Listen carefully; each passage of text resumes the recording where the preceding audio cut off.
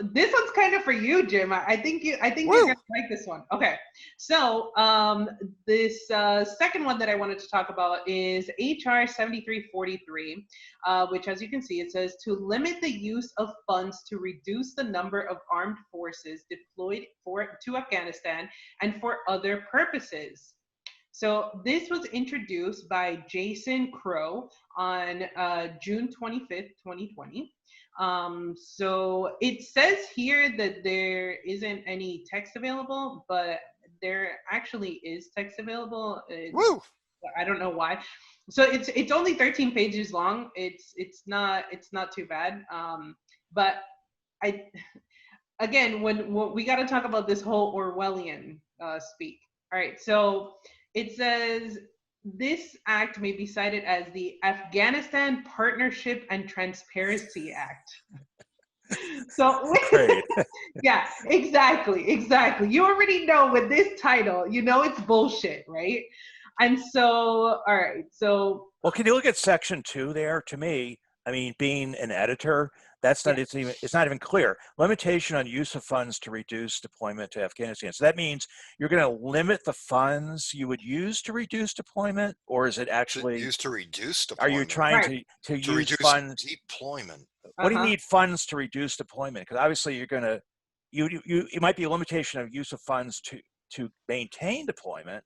That would make sense. Or Yeah. that you're going to cut funds for maintaining deployment. But Funds like, to why would you use funds to reduce reduce deployment? deployment would be like telling people the truth about the misuse of fund of our troops being there. It It's doesn't. to me, it's just not Yeah. clear from that No, section, not at section all. 2 Right, title, right. what they And actually the whole are bill going is for. kind of like that. It's like really back and forth with a lot of the information. All right. So, like I said, it was introduced on the 25th. It has been referred to the now to the Armed Services and the Foreign Affairs Committee. Um, and it has three co-sponsors: Liz Cheney, Oh, Michael Waltz, and Susan Davis. So obviously, when I saw Liz right, right. Cheney's name attached to this, my my eyes lit up. I was like, Liz Cheney, which obviously she's on these committees, and that's why whatever. But Liz Cheney is who? Daughter of Oh, Dick Cheney's daughter. Dick Yeah. Cheney, right? Oh, Exactly. yeah. Exactly. Yep, that's her. And so I wanted, like, I just wanted to see what type of, messaging came out about this. Cause I just thought, like, I don't know, Liz Cheney kind of seems like a warmonger, I would imagine, right? I don't really know all that much about her, but if she's anything like her dad, we know that she's a bloodthirsty warmonger, right? And then, but I feel like this bill is something that's being presented and it should be a positive thing, right? That they want to reduce the number of people there, Well, right? is that it? Could you scroll down a little bit there, Hold Daisy? on, Yeah. man, I'm going. Come on. Jesus. I know. I'm not like that too. I want to see that quote. Okay, all right. So this is what she says. Okay, so she says the Al Qaeda allied Taliban continues to wage deadly attacks across Afghanistan. Al Qaeda leaders continue to find safe haven there from which to plot attacks, and the Islamic State continues to conduct active operations there. America's troop presence in Afghanistan is critical to ensuring the safety of the American people at home, right? Is this? Can we also call this the "Don't Ever Read the Afghan Papers Act"? Is that what this is? Exactly. This is exactly what I was thinking when I read this. I was like, you gotta be fucking shitting me. All right.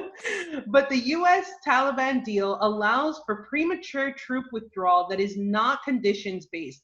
This legislation will help ensure that Congress and the American people are fully informed about America's withdrawal from Afghanistan and the impact it is having and will have on our security.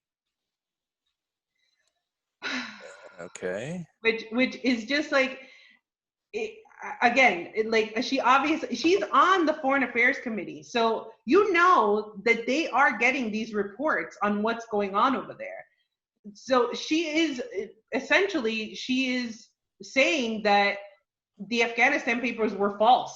You know what I'm Right. saying? That's what she's. Yeah. That's that's what all this means. Yeah, basically saying, or we refuse to read it, or we don't think the American public even knows about it, so we're going to pretend it doesn't exist. Right. And Yeah. then one of the other warmongers that that talked about this was, hold on.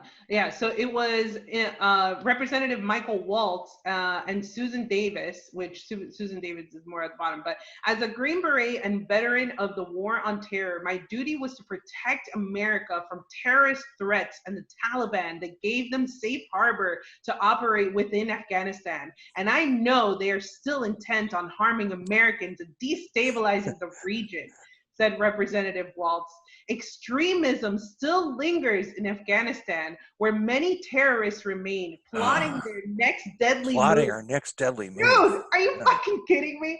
Withdrawing American troops prematurely could open the door for a re-escalation of violence and could be a step backwards for the hard-fought gains made for women, religious minorities. Oh, God. This is what we're there for, you know?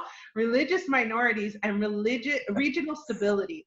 This is why Congress and the American people must be fully aware of the impacts of troop withdrawal on our national security. What about the poppy trade? He didn't mention that. No, for some reason there's no mention of that. And dropping the mother of all bombs, like that whole thing. Like, who even cares about that, right? But then, so the person that actually wrote this bill, so Jason Crow, he actually had something good to say. So I served in Afghanistan, and I know firsthand what makes the U.S. military the strongest in the world. But I also know the limitations of military power. If there was a military solution to the war in Afghanistan, we would have found it long ago. The war in Afghanistan must end, but we must do so in a way that ensures lasting peace. The world is watching to see whether America keeps its promises. Very important, keeps its promises.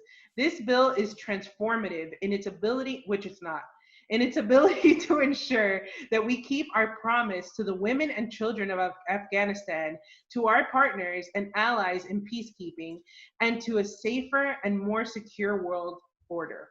Oh, the poor women and children, Yeah. We have, Meanwhile, if you actually read the bill, it goes through. So this is quickly what it is. It's supposed to be that they want to bring the troop level down to 8,000 and 5,000, but there's all these hoops that they have all these caveats, right? So that it doesn't compromise our mission. That's the first thing, the first caveat, right? In order for this to actually come true or come to fruition, is that it doesn't compromise our mission. It doesn't risk U.S. personnel in Afghanistan. It doesn't increase the risk of groups expanding. So like these terrorist groups or whatever, them not expanding. And it needs to be okayed with U.S. allies and NATO, and is in our best interest, right? So it states all of those things first, and then it says if it's to the benefit of Afghanistan. Then it talks about all these things, which I just thought was just so disgusting, right?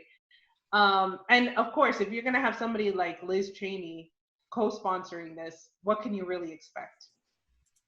I'm going on Twitter now, seeing if we can get Tulsi Gabbard to comment on this thing.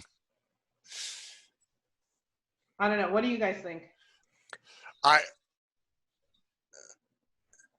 Just given I think it's just, I don't know, just given the fact that they're talking about the danger to America from Afghanistan and Al Qaeda is it's horrific. Remember that report that came out 15 or 20 years ago, or not too long after 9/11, that Afghanistan has this incredible mineral wealth of certain rare minerals that is, so I think that plays a role here too. I mean, and lasting peace means we want, corporations to be able to go in there and extract whatever they can, without the threat of terrorist attacks. Right. Right. Okay, and then the last thing that I wanted to mention about this was that this is coming up. They ordered the reports, the financial reports and all this kind of stuff. So the NDAA is coming up. They're trying to figure out the budget for the NDAA. So we know that we need to keep an eye on that. Let's see how that comes about. I know that Tulsi did. She talked about it in one of her live streams. She talks about how that's something that they want to see if they can push some amendments in there. But I don't know, until the people rise up and demand real change. Nothing on the top is really going to change. yeah. Oh boy. I know. I'm And sorry. with that, I enjoy the rest of your ended weekend. on a downer. I'm sorry. Oh man.